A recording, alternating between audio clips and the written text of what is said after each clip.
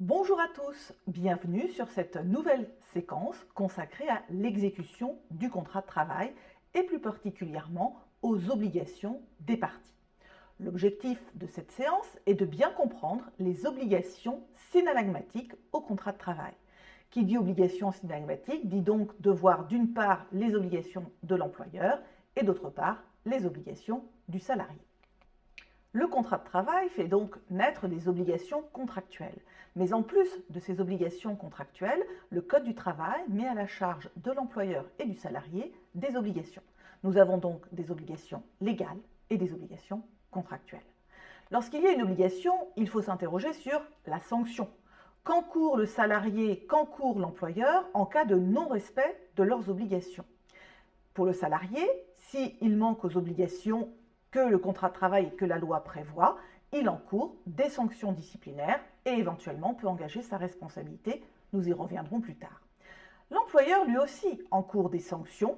Le salarié pourrait effectivement engager une action devant le Conseil des prud'hommes. Commençons donc par les obligations de l'employeur. Tout d'abord, nous allons examiner les obligations qui découlent du contrat de travail. La première obligation de l'employeur est de fournir à son salarié du travail. Ce travail est normalement conforme au poste de travail qui a été confié à ce salarié. Il est utile, mais pas obligatoire, de rédiger une fiche de poste. Enfin, si l'employeur veut s'exonérer de cette obligation, il va falloir qu'il rapporte la preuve de l'impossibilité de fournir du travail. Seconde obligation de l'employeur, en échange de la prestation de travail, le versement d'une rémunération. Cette rémunération se décompose en salaire de base et en accessoires. La rémunération est fixée au moment de la conclusion du contrat de travail et doit respecter un certain nombre de règles, notamment le respect du SMIC, des minima conventionnels et la non-discrimination. La rémunération peut être modifiée en cours d'exécution du contrat, mais nous verrons cela dans une autre séquence. Enfin, un certain nombre de règles existent au cas où l'employeur serait défaillant ou n'exécuterait pas cette obligation de versement de la rémunération. Quelle solution s'offre au salarié en cas d'inexécution? Il peut arrêter de travailler en invoquant l'exception d'inexécution, mais cela va fonctionner si l'employeur a été négligent. Il va saisir le Conseil des prud'hommes en référé et, en cas de procédure collective, faire jouer la garantie de salaire avec les AGS. Venons-en maintenant aux obligations légales. Voyons tout d'abord l'exécution de bonne foi du contrat de travail. La notion de bonne foi figure dans les dispositions du Code civil. Elle a été reprise dans le Code du travail, ce qui manifeste l'autonomie du droit du travail. La bonne foi contractuelle exige une coopération entre les parties. La bonne foi est un standard juridique et c'est la jurisprudence qui va indiquer ce que l'on attend de l'employeur en la matière. La première manifestation concerne le respect des intérêts essentiels du salarié, par exemple dans l'application d'une clause de mobilité. On retrouvera également l'exigence d'une bonne foi contractuelle pour l'adaptation du salarié au poste et dans l'exigence de loyauté de la preuve, ce que nous allons voir. Tout d'abord, la Cour de cassation, en 1992, a dégagé une obligation de l'employeur d'adaptation de ses salariés à l'évolution de leur emploi sur le fondement de la bonne foi contractuelle. Depuis, d'ailleurs, le législateur a repris cette obligation tant dans le droit du licenciement qu'en matière de formation professionnelle. L'exigence de la bonne foi contractuelle est particulièrement importante dans l'administration de la preuve. Il faut une preuve loyale, tel n'est pas le cas d'un employeur qui a utilisé des lettres piégées à l'insu du personnel. En effet, il fallait que le dispositif de contrôle ne soit pas déloyal, et c'est le cas lorsqu'il est clandestin. La deuxième obligation légale qui incombe à l'employeur est l'obligation de sécurité. Cette obligation de sécurité est une transposition d'une directive européenne de 1991. Aujourd'hui, il s'agit de l'article 4121-1 du Code du travail. L'employeur a à la fois une obligation de sécurité et une obligation d'assurer la santé des salariés. Selon le texte, l'employeur a une obligation de mettre en place des actions de prévention. Il doit également mettre en place des actions d'information et de formation. Il doit mettre en place une organisation et des moyens adaptés. Il s'agit par exemple, en termes d'actions de prévention, la rédaction du document unique d'évaluation des risques et de prévention.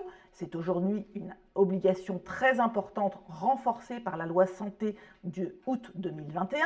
Mais il peut s'agir également du compte de pénibilité. L'employeur doit décompter les points accordés lorsque l'emploi est pénible. C'est aussi la gestion du stress, les fameux RPS, risques psychosociaux au travail.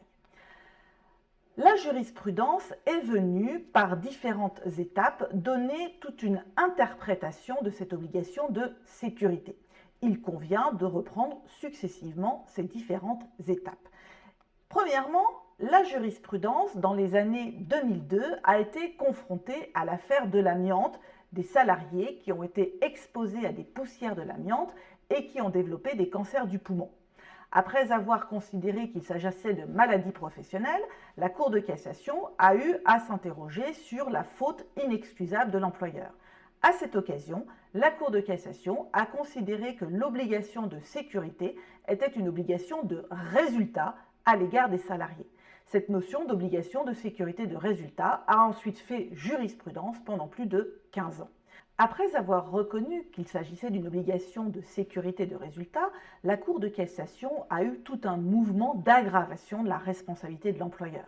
Elle a d'abord considéré, dans une affaire de tabagisme passif, que, alors même que le salarié n'était pas malade, cela suffisait d'avoir exposé le salarié à un risque pour engager sa responsabilité. En matière de harcèlement moral, alors que le harcèlement était le fruit d'un salarié, elle a considéré que si l'employeur n'était pas coupable du harcèlement, il était bien responsable. C'était une responsabilité sans faute. Par ailleurs, la Cour de cassation a aussi mis à la charge de l'employeur l'obligation d'assurer l'effectivité de l'obligation, notamment en prenant le rendez-vous auprès du médecin du travail pour une visite de reprise ou encore en obligeant l'employeur à respecter les recommandations du médecin du travail. Après avoir pendant 13 ans, à la manière d'un refrain, dit que l'employeur était tenu d'une obligation de sécurité de résultat, la Cour de cassation a marqué un tournant important en 2015 dans le fameux arrêt Air France. En effet, dans cette affaire, la Cour de cassation a considéré que l'employeur ne méconnaît pas à son obligation de sécurité s'il démontre avoir pris toutes les mesures de prévention prescrites par la loi. Il ne parle plus d'obligation de sécurité de résultat, mais certains auteurs ont considéré alors qu'il s'agissait d'une obligation de sécurité de moyens renforcés. L'arrêt marque donc un tournant. C'est la doctrine ensuite qui a analysé différemment la portée de cette jurisprudence. Aujourd'hui, la Cour de cassation a découvert une nouvelle utilisation de l'obligation de sécurité à travers la jurisprudence sur le préjudice d'anxiété. Le préjudice d'anxiété a été reconnu initialement pour des salariés exposés à l'amiante dans les entreprises où il y avait un mécanisme d'allocation de cessation anticipée d'activité des travailleurs de l'amiante, fameux dispositif qui, avec l'acronyme, s'appelle l'ACATA.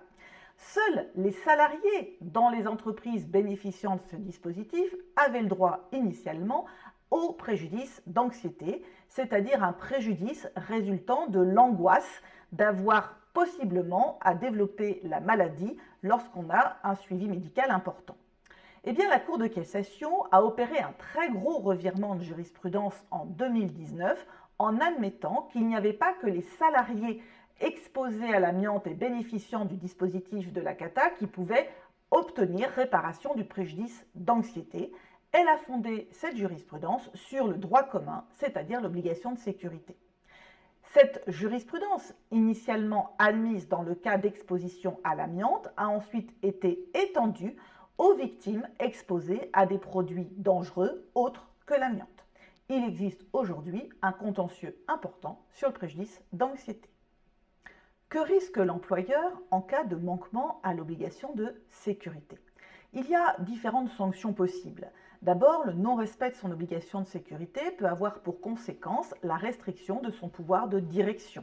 On peut envisager par exemple une action d'un syndicat pour une suspension d'une décision prise par l'employeur en méconnaissance de l'obligation de sécurité. Par ailleurs, on assiste depuis plusieurs années à une multiplication des recours des salariés devant les différentes juridictions. Ça peut être un recours devant les prud'hommes pour réparation pour manquement à l'obligation de sécurité, mais c'est aussi tout le contentieux sur la faute inexcusable devant le pôle social. Par ailleurs, en parallèle à ces sanctions civiles, il peut y avoir des sanctions pénales. De nombreuses règles en matière de droit du travail concernant la sécurité sont attachées de sanctions pénales, qu'il s'agisse de contraventions ou de délits. En tout état de cause, l'employeur peut, pour échapper à cette responsabilité, prévoir une délégation de pouvoir et donc mettre à la charge d'un salarié cette obligation de sécurité. La jurisprudence est quand même très exigeante sur la rédaction de la délégation de pouvoir pour qu'il y ait transfert de responsabilité. Les obligations du salarié, quant à lui, sont peut-être à peu près identiques à celles de l'employeur, mais elles sont appréciées tout à fait différemment. Il s'agit d'une part de l'obligation de fournir du travail, ensuite de l'obligation de bonne foi, enfin de l'obligation de sécurité. Le salarié va assurer sa prestation de travail conformément à ce qui aura été convenu contractuellement. Bien sûr, ce travail va évoluer dans le temps. Ce qui importe avant toute chose, c'est que le salarié se conforme aux prescriptions de son employeur. Ensuite, sur l'obligation d'exécution de bonne foi, elle est identique à celle de l'employeur, elle a le même fondement. Voyons comment la jurisprudence s'en est emparée. Première de ces obligations, l'exclusivité. Le salarié, pendant la durée du travail, doit se consacrer exclusivement aux tâches que lui a confiées l'employeur. Seconde obligation, celle de discrétion, car l'ensemble des informations auxquelles accède le salarié ne doivent pas être communiquées à des tiers.